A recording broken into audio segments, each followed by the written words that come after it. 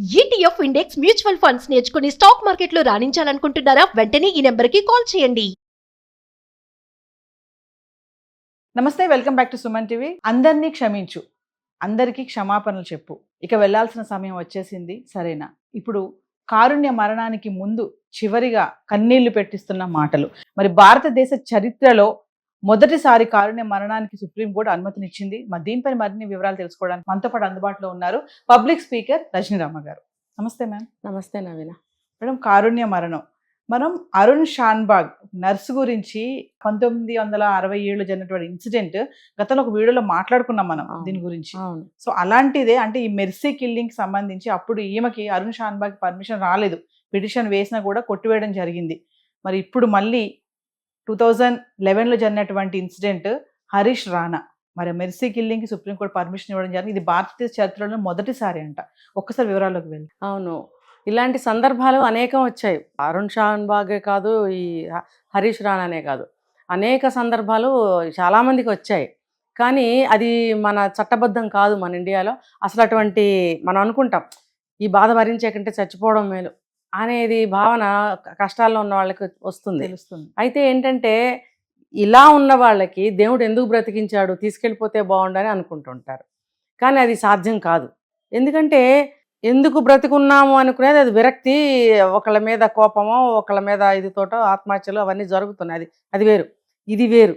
ఇదేంటంటే ఇంత జీవోత్సవంలాగా ఎన్ని బాధలు పెడుతూ దేవుడు ఇంకా ఎందుకు ఉంచాడు అని బాధపడుతూ వీళ్ళు చంపేసే హృదయం ఆలోచించదు. అసలు హృదయం రాదు కాదు, అసలు ఆలోచించరు. మన వ్యక్తి ఇంకా బాగుపడాలి, ఇంకా బ్రతకాలి, తిరిగి వెనక్కి ఇంటికి రావాలనే ఆలోచనలో దేవుడు ఎందుకు ఇలా చేశాడు అనే అనుకుంటారు కదా.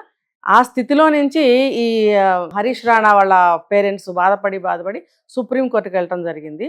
ఇలాంటి సంఘటనలు వెనక్కి వెళ్తే 1967 67వ సంవత్సరంలో అది అరుణ్ షాన్బాగ్ ఒక నర్స్, బాంబేలో కేఎం హాస్పిటల్లో ఆవిడ నర్సుగా విధులు నిర్వర్తిస్తున్న నైట్ డ్యూటీలో. చూడండి అసలు ఎన్ని సంవత్సరాలు అయిందో. మరి ఆ రోజుల్లోనే ఆడవాళ్ళు నర్సింగ్లోకి వచ్చి, అప్పుడు అంతకంటే క్రితం కూడా ఉన్నారు, బట్ అది కూడా ఒక రకంగా పాతకాలమే కాబట్టి ఒక అడ్వెంచర్ అనే చెప్పాలి ఆడవాళ్ళకి నైట్ డ్యూటీస్ అనేవి. అసలు ఎప్పుడూ కూడా ఆడవాళ్ళకి నైట్ డ్యూటీస్ వేయకపోవటం మంచిది, కానీ హాస్పిటల్స్లో లేడీస్కి సంబంధించిన కేసులు వస్తాయి కాబట్టి లేడీస్ ఉండాలి కాబట్టి నర్సులకి తప్పనిసరి పరిస్థితి. కానీ మనం బెంగాల్ కేసు అయినప్పుడు కూడా ఇలాగే మాట్లాడుకున్నాం, వీళ్ళకి ఎందుకు రక్షణ కల్పించరు, స్పెషల్ ప్రొటెక్షన్ ఉండాలి, వీళ్ళకి ప్రత్యేకమైనటువంటి గదులు ఉండాలి, వాళ్ళకి ప్రత్యేకమైన గౌరవం ఉండాలి కదా. డాక్టర్తో సమానంగా నర్సులు కూడా సేవలు అందించాలంటే వాళ్ళకి ఎంత ప్రొటెక్షన్ ఉండాలి చూడండి. డ్యూటీ లేనప్పుడు డాక్టర్స్ ఏసీ రూమ్లోకి వెళ్ళి తలుపులు వేసుకుంటారు, పాపం నర్సులు మరి వాళ్ళకి కూడా అంటే సమానంగా వాళ్ళ పక్కన కూర్చోబెట్టుకోమని అలా నేను అనటం లేదు. వాళ్ళు విధుల్లో ఉన్నప్పుడు వాళ్ళకి సరైన సౌకర్యాలు, రక్షణ అనేది ఏ రోజుల్లోనూ లేదనేది ఇలాంటి కేసులు మళ్ళీ రిపీటెడ్గా మనకి నిరూపిస్తున్నాయి. పాపం ఆ రోజుల్లో ఆవిడ కూడా ఒక వార్డు బాయ్ చేతిలో చాలా అరాచకానికి గురైంది. అతను చాలా దారుణంగా ఆమెని అత్యాచారం చేశాడని మనకి చెప్పారు. కుక్కల్ని కట్టేసి గొలుసుతో కట్టేసి అంట. చూడండి, వాడు మనిషేనా అసలు? యువతల మనిషి అనుకుంటున్నాడా, జంతువు అనుకుంటున్నాడా? ప్రమాదకరమైన జంతువులనే చైన్స్ వేసి కట్టడం లేదే. వాడు ఎటువంటి జాతికి చెందినవాడో చూడండి. ఇలాంటి వాళ్ళని ఏరి అసలు కరెంట్ షాకులు పెట్టి పిచ్చి కుక్కలను కొట్టినట్టు కొట్టి చంపాలండి అసలు వీళ్ళని.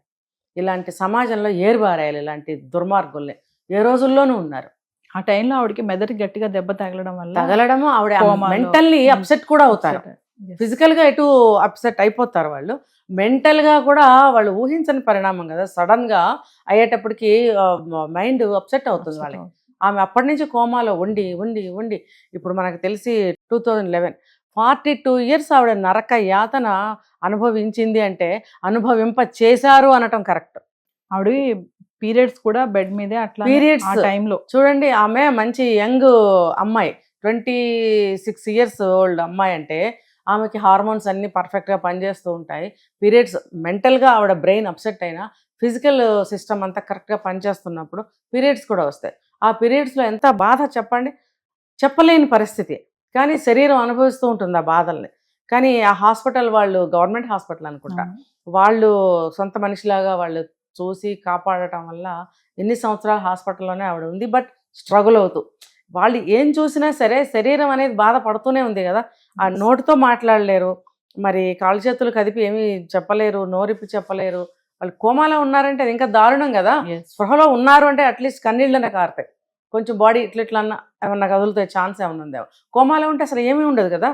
ఏదో పైప్స్ ద్వారా ఫుడ్ వేయడము, సెలైన్స్ పెట్టడము, పల్స్ బాగుందా లేదా మధ్య మధ్యలో వచ్చి చూడడము తప్పితే, దట్టు గవర్నమెంట్ హాస్పిటల్లో ఎలా ఉంటుందో ట్రీట్మెంట్ అంటే నామినల్గా ఉంటుంది. వాళ్ళు ఏమీ Yes. దారుణం చేస్తారని చెప్పట్లేదు, అంత ఫెసిలిటీస్గా ఉండదు కాబట్టి ఆవిడ నరకయాత్ర అనుభవిస్తూ చివరికి చనిపోయింది. బట్ ఆవిడ విషయంలో కూడా సామాజికవేత్తలు కొంత ప్రయత్నాలు చేశారు.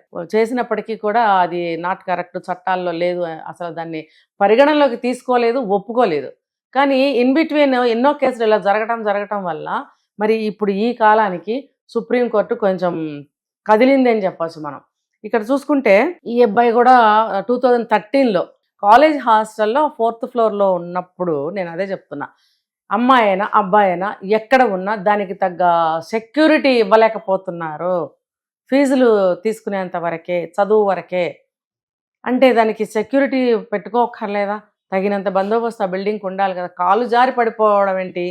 అట్లీస్ట్ నడుము వరకైనా గోడలు ఉంటాయి కదా. కాలు జారి ఎలా పడ్డాడు? చాలా విచిత్రంగా నాకు అనిపించింది. దట్టు 10 ఏళ్ల పిల్లాడు కాదు, 20 సంవత్సరాల అబ్బాయి అంటే చూసుకుంటాడు కదా. Yes. అంటే అంత మాత్రం ప్రొటెక్షన్ లేని కాలేజ్ అది. మరి అక్కడి నుంచి జారి పడ్డాడు. జారి పడితే చనిపోయినా బాగుండేది, కానీ బ్రెయిన్ డెడ్. దానివల్ల ఏమవుతుంది, మెడ దగ్గర నరాలన్నీ ఇదైపోయి రక్త ప్రసరణ ఆగిపోయి అతనికి మొత్తం కంప్లీట్ పెరాలసిస్ వచ్చేసింది, బ్రెయిన్ డెడ్తో పాటు. ఇంకా అతను నోరు మాట్లాడలేడు, కాళ్ళు కదలవు, చేతులు కదలవు, బాడీ మొత్తం ప్యారలైజ్డ్ అయిపోయింది.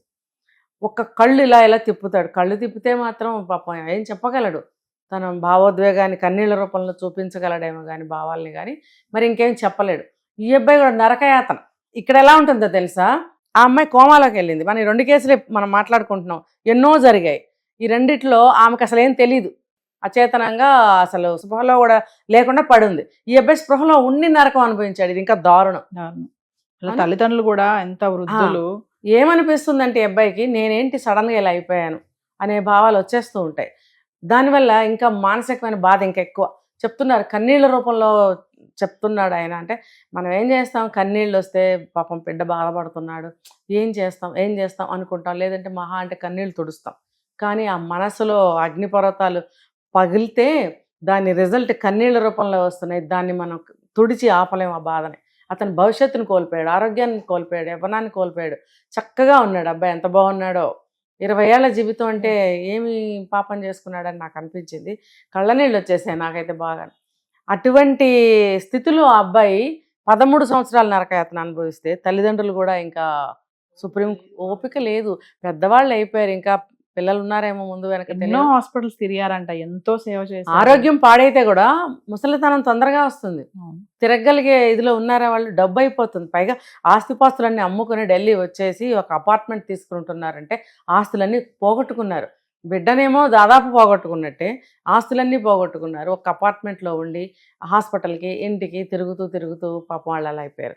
ఇంకా మానసికమైన క్షోభ వాళ్ళకి. సమయానికి తినరా, ఉద్యోగాలేంటి, ఇంకా పిల్లలుంటే వాళ్ళ భవిష్యత్తుని ఎలా చూడాలి వీళ్ళు. ఇదంతా కూడా వాళ్ళకి అన్ని ప్రశ్నార్థకాలు, నరకము, క్షోభ, తిండి తినలేరు, నిద్రపోలేరు.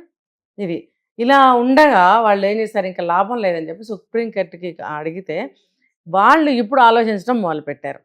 ఎవరు, Parthivan, justice Parthivan and KV Viswanathan పేరు, వీళ్ళిద్దరు ద్విసభ్య ధర్మాసనం కలిసి ఇచ్చిన తీర్పు ఏంటంటే, వాళ్ళ ప్రైమరీ కానీ తర్వాత సెకండరీ కానీ రిపోర్ట్స్ అన్నీ కూడా పరిగణనలోకి తీసుకుని దాని ద్వారా ఏం చేశారంటే, వీళ్ళకి మెడికల్ పరంగా చికిత్స ఆపేస్తే చనిపోతాడు. కానీ ఇక్కడ ఫుడ్ ఇస్తున్నారు కదా, ఫుడ్ ఆపేస్తే అది మెడికల్ వైద్యంలోకి వస్తుందా లేదా, చికిత్స కిందకు వస్తుందా లేదా.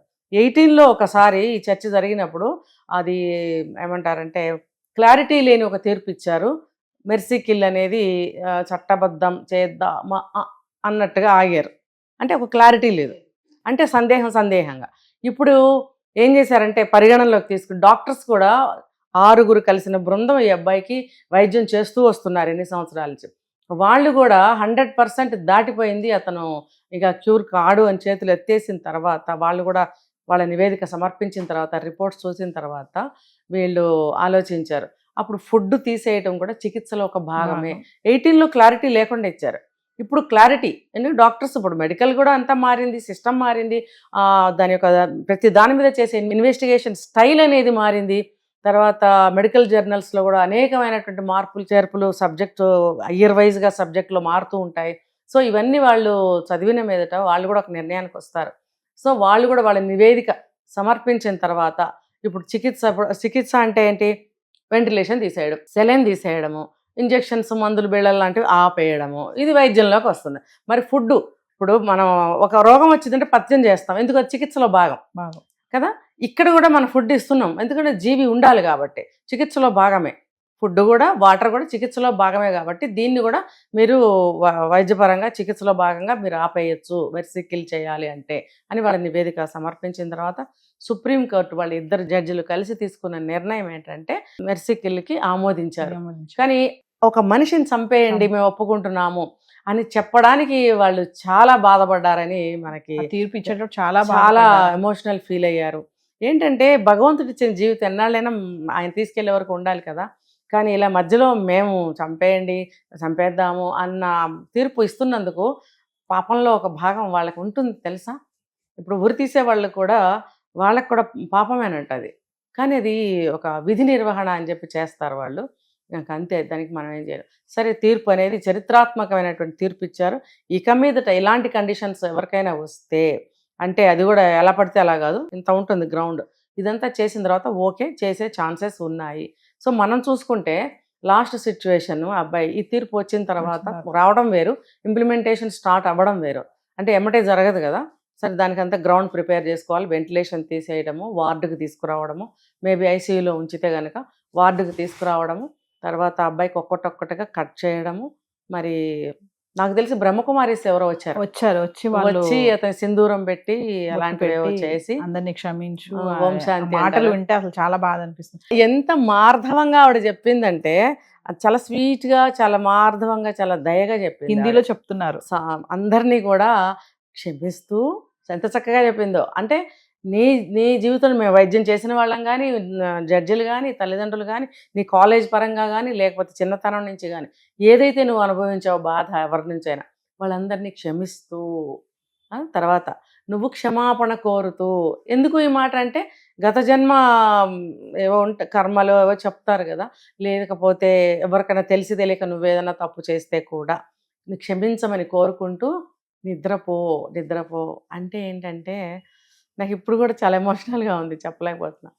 ఇంకా నీకు మేము అన్నీ ఆపేస్తున్నాము, నువ్వు వెళ్ళిపోతావు, ఇంకా ఉండవు అని తెలియజేస్తుంటే అది ఎంత బాధాకరమైన సిచ్యువేషన్ తెలుసా నవీన. నాకు ఇన్ని రోజులు వీడియోస్ చూస్తే అబ్బాయి పెద్ద కదిలినట్టు కనపడలేదు.